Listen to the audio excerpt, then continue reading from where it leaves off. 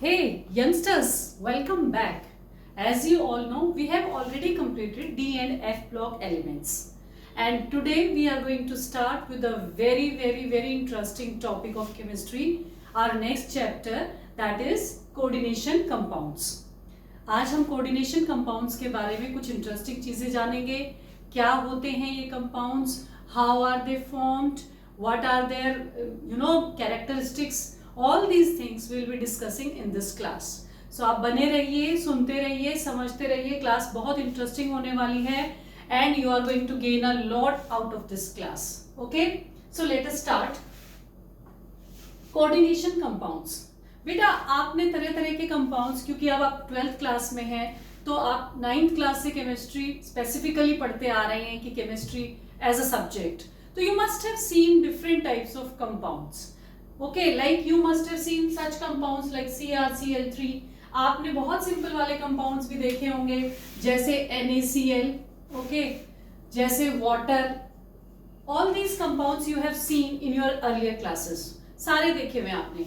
और आपने जरूर इन कंपाउंड्स को जब पढ़ा है तो ये जान लिया भाई जैसे NaCl बनता है तो NaCl कैसे बनता है, how is it formed. It is formed by complete transfer of electrons. Na जो है 281 एंड क्लोरीन इज 287. तो Na दोनों नोबल गैस कॉन्फ़िगरेशन एक्वायर करने की कोशिश करते हैं. तो सोडियम क्या करता है, अपना एक इलेक्ट्रॉन जो है वो क्लोरीन को दे देता है, कंप्लीटली ट्रांसफर, पूरी तरह से अपना इलेक्ट्रॉन डोनेट कर देता है उसको. और इस तरह से जो बॉन्ड बनते थे उसको हमने कहा आयोनिक बॉन्ड. बेटा मैं बिल्कुल शुरू से उठा रही हूं ताकि जिन बच्चों को बिल्कुल बेसिक्स भी क्लियर नहीं है उनको भी समझ आ जाए चैप्टर कि किस बारे में है. उसके बाद एक और कैटेगरी हमने पढ़ी थी जिसमें हमने पढ़ा था शेयरिंग ऑफ इलेक्ट्रॉन्स के बारे में. जैसे अगर हम बात करें वाटर की ही बात कर लेते हैं. वाटर में तो हमारे पास क्या था, ऑक्सीजन थी, we had hydrogen and hydrogen. Oxygen के ऊपर 2 लोन पेयर ऑफ इलेक्ट्रॉन्स थे. यहां पर क्या हुआ, हाइड्रोजन को कंप्लीट करने के लिए 2 इलेक्ट्रॉन चाहिए थे और ऑक्सीजन को कंप्लीट करने के लिए 8 इलेक्ट्रॉन्स की जरूरत थी. 2 और चाहिए थे तो हाइड्रोजन का एक अपना और एक ऑक्सीजन का शेयर कर लिया. तो हाइड्रोजन के पास 2 इलेक्ट्रॉन्स हो गए बेटा. इस हाइड्रोजन के पास भी इस तरह से 2 इलेक्ट्रॉन्स हो गए और ऑक्सीजन के पास देयर आर टोटल 8 इलेक्ट्रॉन्स. ये बात आपने पहले अर्लियर क्लासेस में 10th क्लास में पढ़ी हुई है. मैं आपको रिमाइंड करा रही हूं कि these are a type of bonds in which the bonds are formed by sharing of electrons.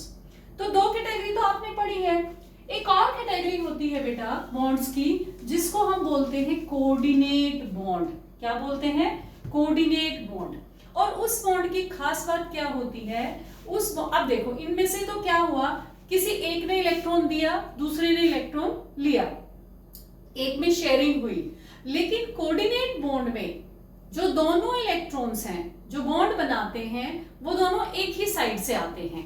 जैसे फॉर एग्जांपल हमने एक एग्जांपल पढ़ा था क्लास 11th में, BF3 एक इलेक्ट्रॉन डेफिशिएंट कंपाउंड है और ammonia is rich in electrons. तो ये अमोनिया अपने इसकी ऑक्टेट कंप्लीट करने के लिए अपने दोनों इलेक्ट्रॉन्स इसको दे देता है. मतलब एक बॉन्ड बना लेता है जिसमें कि दोनों इलेक्ट्रॉन्स एक ही साइड से आए हैं, अमोनिया की साइड से आए हैं. तो ऐसे बॉन्ड्स को हम बोलते हैं कोऑर्डिनेट बॉन्ड. क्या मतलब, दोनों सारा कुछ एक ही कर रहा है, एक ही जने की भागीदारी है. दूसरा जैसे 2 पार्टनर्स बिजनेस शुरू कर रहे हैं लेकिन एक अभी कंगाल है, उसके पास शुरू करने के लिए भी कुछ नहीं है और सपोज करो दूसरा जो है उसके पास कुछ अमाउंट ऑफ मनी है. तो फॉर स्टार्टिंग दैट बिजनेस, जब दोनों हाथ मिलाते हैं, एक बॉन्ड बनाते हैं, तो सारा का सारा पैसा कौन इन्वेस्ट कर रहा है, वो इन्वेस्ट कर रहा है जिसके पास फिलहाल है. तो कोऑर्डिनेट बॉन्ड भी कुछ इसी तरह से है, दोनों इलेक्ट्रॉन एक ही कंपाउंड से आते हैं इसमें. अब कोऑर्डिनेशन कंपाउंड्स, तो जाहिर सी बात है कि कोऑर्डिनेशन कंपाउंड्स की हम बात कर रहे हैं तो ये वाला बॉन्ड तो बनेगा ही, कोऑर्डिनेट बॉन्ड तो होगा ही.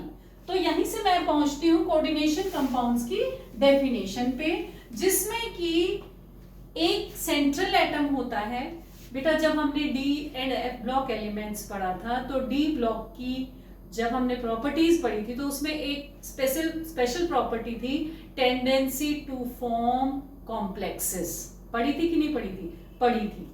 तो टेंडेंसी टू फॉर्म कॉम्प्लेक्सेस, अब हम, और उस टाइम हर टीचर यही बोल रहा था आपको अगले चैप्टर में बताएंगे, आपको अगले चैप्टर, तो यही वो चैप्टर है जहां आपको वो बात समझनी है कि ये जो ट्रांजिशन एलिमेंट्स होते हैं ये कॉम्प्लेक्सेस बनाते हैं, यानी कि ये कोऑर्डिनेट कंपाउंड्स बनाते हैं।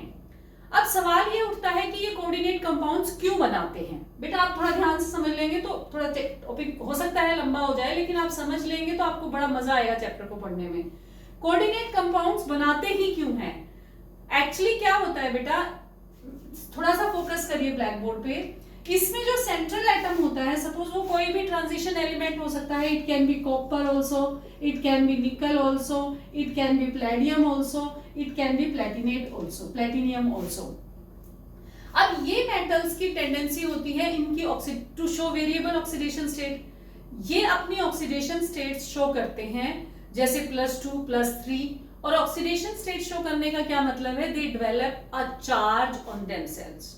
और दूसरी खास बात क्या है कि इनके पास जब ये चार्ज डेवलप करते हैं तो कुछ ऑर्बिटल्स जो है वो वेकेंट हो जाते हैं, डी के कुछ ऑर्बिटल्स वेकेंट हो जाते हैं, और साथ में हम आगे पढ़ेंगे कि s और p के ऑर्बिटल्स यूज करके ये कोवेलेंट बॉन्ड, कोऑर्डिनेट बॉन्ड बनाते हैं।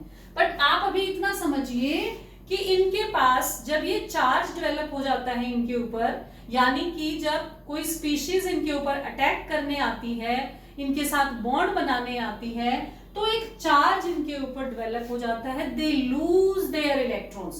चार्ज, पॉजिटिव चार्ज कब डेवलप होता है? जब मेटल अपना इलेक्ट्रॉन लूज करता है। ये अपना इलेक्ट्रॉन लूज करते हैं, और लूज करने की वजह से कुछ ऑर्बिटल्स जो है वो खाली हो जाते हैं, इनके ऊपर एक चार्ज डेवलप हो जाता है। से फॉर एग्जांपल कॉपर पे +2, निकल पे भी +2, इसी तरह से सब पे एक चार्ज डेवलप हो जाता है। अब हुआ क्या कि कुछ ऑर्बिटल्स बेटा वेकेंट हो गए, साथ में चार्ज भी डेवलप हो गया। अब लीगेंड्स जो हैं, लीगेंड कौन होते हैं? लीगेंड वो स्पीशीज होती है जिसके पास या तो लोन पेयर ऑफ इलेक्ट्रॉन है या फिर नेगेटिव चार्ज है। पॉजिटिव चार्ज वाला भी लीगेंड हो सकता है, लेकिन आप अभी इन्हीं दो पर फोकस करेंगे कि लीगेंड कौन है? जो इलेक्ट्रॉन रिच है, जो इलेक्ट्रॉन लेकर आएगा। हमारा सेंट्रल एटम अब इलेक्ट्रॉन का भूखा बैठा है, देखो +2 चार्ज इसके ऊपर डेवलप हो गया।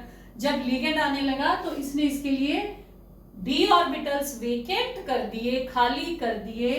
अब क्या है, एक तरह से जगह बना दी, कमरे में चेयर्स लगा दी, और अब हमारा जो लीगेंड आएगा, जो लोन पेयर ऑफ इलेक्ट्रॉन लेकर आएगा, वो उन डी ऑर्बिटल्स में अपने लोन पेयर ऑफ इलेक्ट्रॉन्स को डोनेट कर देगा।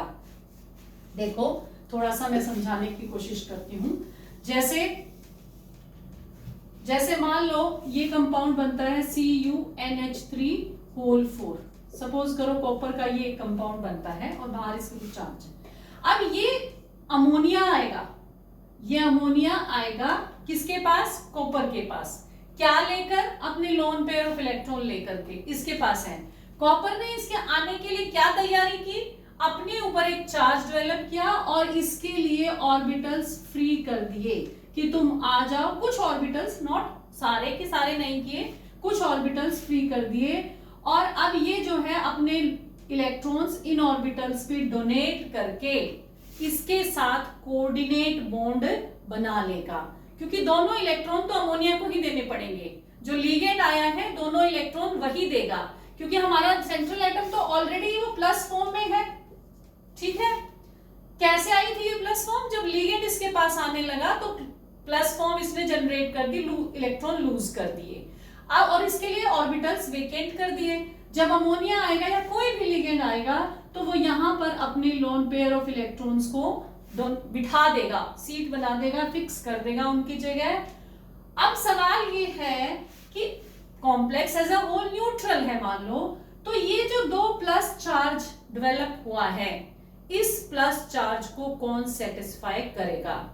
तो बेटा इस प्लस चार्ज को सेटिस्फाई करने के लिए जो आपके मॉलिक्यूल के बाहर, जैसे आप इसमें देख रहे हैं ना ये K2 यहां पर, तो ये बाहर जो लगाया जाता है वो चार्ज इसको सेटिस्फाई करने के लिए ही लगाया जाता है।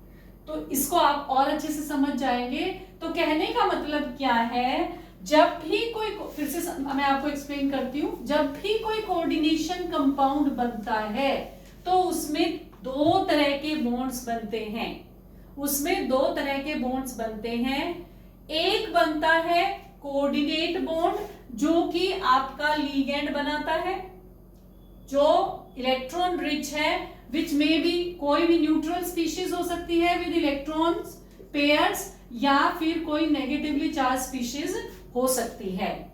और दूसरा कौन होता है, दूसरा वो होता है जो कि प्राइमरी, इसके ऊपर जो चार्ज डेवलप हुआ, प्लस चार्ज, जो हमारे सेंट्रल एटम पर +2 चार्ज डेवलप हुआ है, जो इसको सेटिस्फाई करेगा। That is another thing. अब देखो, जैसे कोबाल्ट के मैंने यहाँ कुछ कॉम्प्लेक्सेस लिखे हैं, मैं आपको ये सारा समझाऊंगी भी। जैसे कोबाल्ट का ये कॉम्प्लेक्स बना एक CONH3 और बाहर है Cl3। ओके, अब ये जो NH3 है ये वो लिगेंड है जो अपना लोन पेयर ऑफ इलेक्ट्रॉन लेकर के सेंट्रल एटम के पास आया और इसने यहाँ पर कोऑर्डिनेट बॉन्ड बनाया।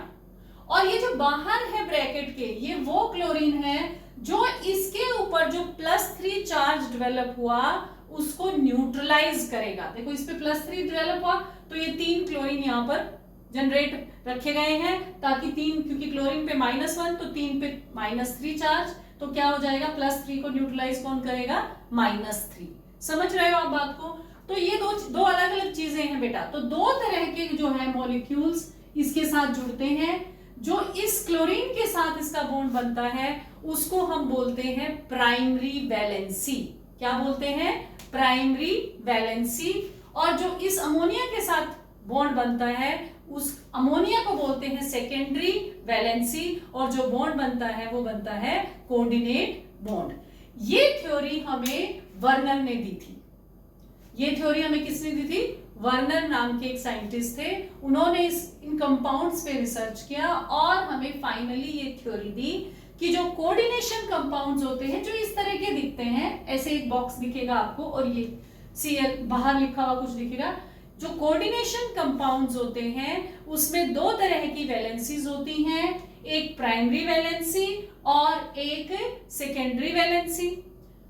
अब ये बात समझ आ गई आपको। फर्स्ट पॉइंट जो है वर्नर का आपको क्लियर हो गया होगा।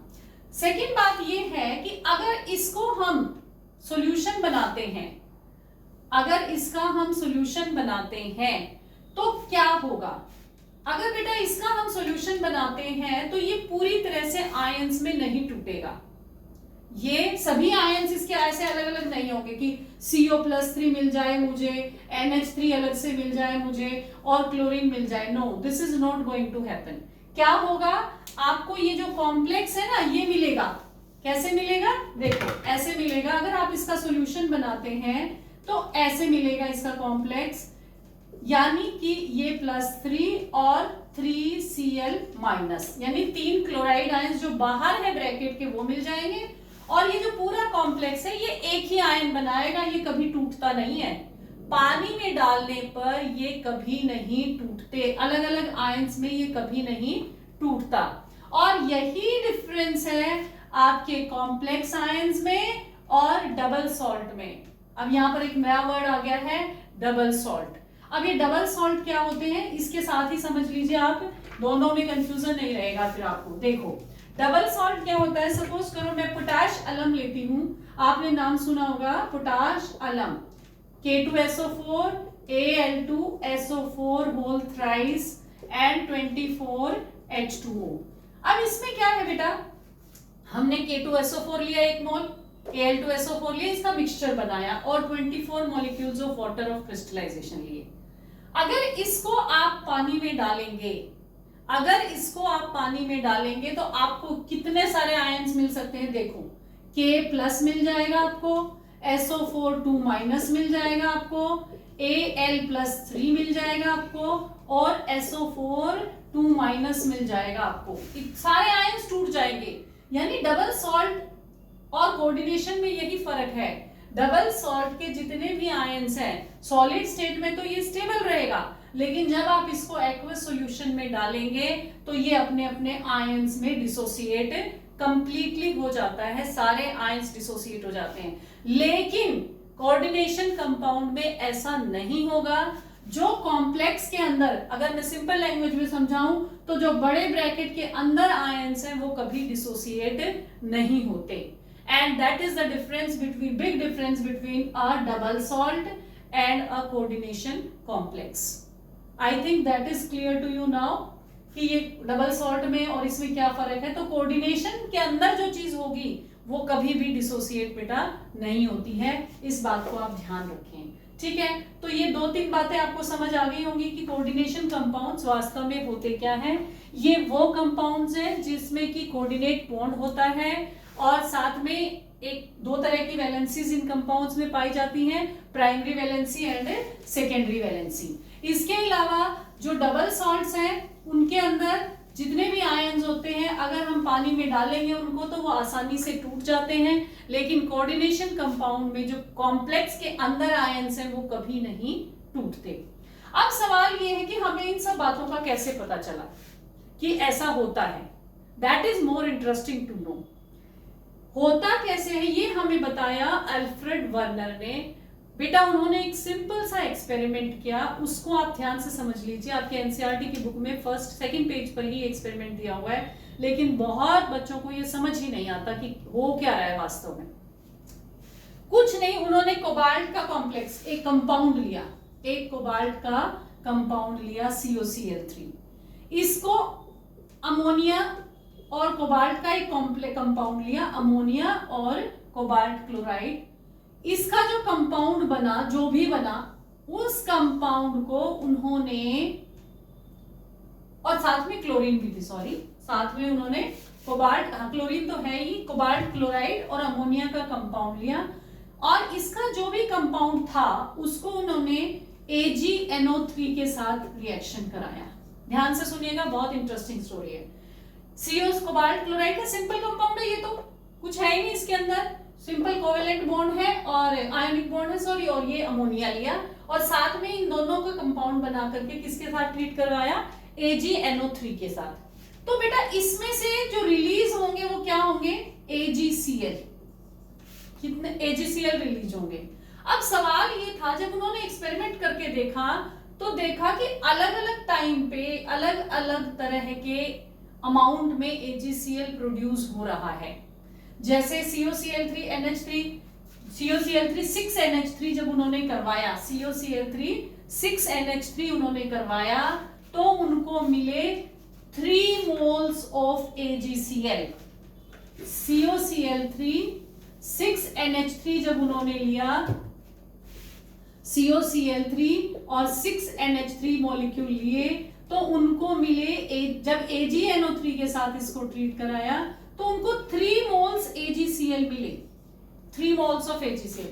कहने का मतलब कितने क्लोराइड बाहर आए, 3 क्लोराइड आए। लेकिन जब इसी के अंदर उन्होंने थोड़ा चेंज कर दिया और 5NH3 ले लिए तो सिर्फ 2 ही, और जब इसको AgNO3 के साथ ट्रीट कराया तो सिर्फ 2 ही मॉलिक्यूल मोल्स AgCl के मिले। अब COCl3 भी वही है, NH3 भी वही है, AgNO3 भी वही है, तो क्लोरीन जो निकल रही थी उसकी मात्रा चेंज क्यों हो गई। ठीक है, फिर उन्होंने 4 ले लिया, COCl3 with 4 ammonia molecules and this time he got only 1 mole of AgCl, only 1 mole of AgCl, यानी जो टूटकर बाहर आया वो सिर्फ एक ही क्लोराइड का एटम था, एक ही क्लोराइड का एटम था। इसमें 2 थे, इसमें 3 थे। अब सवाल यह आया कि भाई ऐसा कैसे हुआ। साथ में एक और एक्सपेरिमेंट किया उन्होंने, इसकी कंडक्टिविटी भी नापी, मतलब सॉल्यूशन में जब आयंस बनते हैं तो कितने आयंस बन रहे हैं टूटने पर। इसको थोड़ा सा और डिटेल में समझिए। अब वो हो क्या रहा है, what is actually happening, bar bar product की जो मात्रा है वो चेंज क्यों हो रही है, एक में 3 मोल्स, एक में 2 मोल्स और एक में 1 मोल हमें क्यों मिल रहा है। तो ये पाया गया कि जो आपका अमोनिया है, कोबाल्ट सेंट्रल एटम है और अमोनिया लिगेंड का काम करता है कोबाल्ट की वैलेंसी को सेटिस्फाई करने के लिए 6 कोऑर्डिनेट बॉन्ड यहां पर चाहिए। तो 6 फर्स्ट केस में 6 के 6 अमोनिया कोबाल्ट के साथ लिगेंड के रूप में अटैच हो गए और 3 क्लोरीन बाहर आ गए। अब जो 3 क्लोरीन बाहर आए, जब AgNO3 के साथ इसका रिएक्शन करवाया तो सिर्फ जो बाहर आया वही प्रेसिपिटेट बनाएगा। ये बाहर आया तो सिर्फ ये 3 मॉलिक्यूल्स, इसलिए मोल्स, इसलिए हमें 3 AgCl मिला। फिर क्या हुआ, उसमें उन्होंने क्या किया, अमोनिया की मात्रा कम कर दी, 5 मॉलिक्यूल्स ले लिए। तो अब कोबाल्ट को तो अपनी वैलेंसी सेटिस्फाई करनी है, 6 चाहिए उसको लिगेंड। कितने चाहिए? 6 चाहिए। तो क्या करेगा, 3 में से 1 क्लोरीन उन्होंने अपने साथ ले लिया। कोबाल्ट में 5 तो अमोनिया और साथ में 1 क्लोरीन को अंदर कॉम्प्लेक्स में ले लिया। बाहर कितने क्लोरीन मिले? 2 क्लोरीन मिले। तो कितने मोल्स बनेंगे? अगर AgNO3 के साथ करेंगे तो फिर कितने मोल्स प्राप्त होंगे हमें? We will get 2 moles of AgCl, क्योंकि बाहर कितने हैं? सिर्फ 2 ही हैं। और इसी तरह से जो तीसरा कंपाउंड था जिसमें उन्होंने सिर्फ 4 मोल्स ऑफ अमोनिया लिए, जब 4 मोल्स ऑफ अमोनिया लिए बेटे, तो बाहर जो है कोबाल्ट को अपनी वैलेंसी तो सेटिस्फाई करनी है, तो 4 तो अमोनिया और 2 क्लोरीन अंदर चले गए और बाहर बचा सिर्फ 1 क्लोरीन। तो कितना मोल प्रेसिपिटेट हुआ AgNO3 के साथ करने पर? ओनली 1 मोल AgCl का प्रेसिपिटेट हुआ। तो यही यहां पर दिखाया गया है, 3 मोल, 2 मोल, 1 मोल एंड 1 मोल। ठीक है। उसके बाद यहां पर देखिए, ये इसका फॉर्मूला जो मैंने आपको लिख के दिखाया अभी यहां पर ऐसे बनेगा।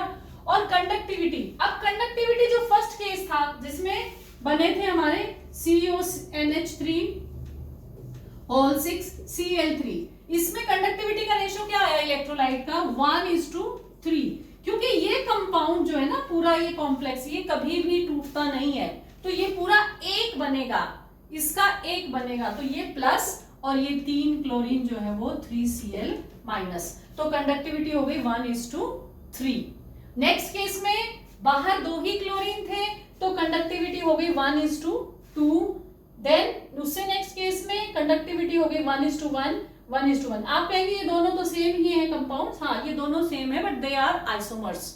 आइसोमर्स होते हैं जिनकी कुछ प्रॉपर्टीज में चेंज होता है, बाकी स्ट्रक्चरल फॉर्मूला उनका सेम होता है। तो दीज आर आइसोमर्स, तो इसलिए इन दोनों का रेशियो जो है 1:1, यानी 1 एक तो ये और इसके साथ में एक ये जो क्लोरीन लगा हुआ है। तो जितना बाहर वाला आयोनाइज हुआ, जैसे इसमें 3 आयोनाइज हुआ तो कंडक्टिविटी 1, ये पूरा तो 1 ही रहेगा, जो कॉम्प्लेक्स है वो 1 ही रहेगा, 1:3, 1:2, 1:1 एंड 1:1।